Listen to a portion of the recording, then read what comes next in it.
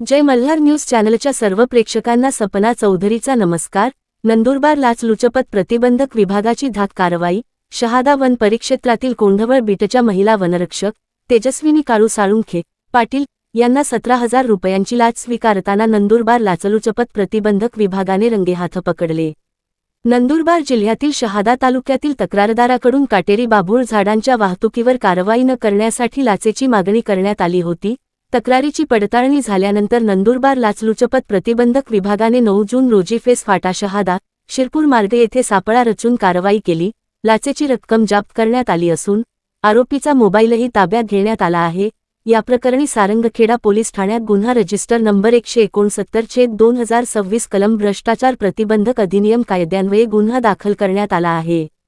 ही कारवाई नाशिक परिक्षेत्र लातूर प्रतिबंधक विभाग पोलीस अधीक्षक भारत तांगडे, अप्पा पोलीस अधीक्षक माधव रेड्डी, अप्पा पोलीस अधीक्षक संजय दोरगे यांच्या मार्गदर्शनाखाली नंदुरबार लाचलुचपत प्रतिबंधक विभागाचे पोलीस उपाधीक्षक प्रशांत भरते यांच्या पथकातील सहाय्यक पोलीस उपनिरीक्षक विलास पाटील, पोलीस हवालदार नरेंद्र पाटील, विजय ठाकरे, जितेंद्र महाले, संदीप खंडारे, महिला पोलीस शिपाई रेश्मा परदेशी यांनी केली आहे।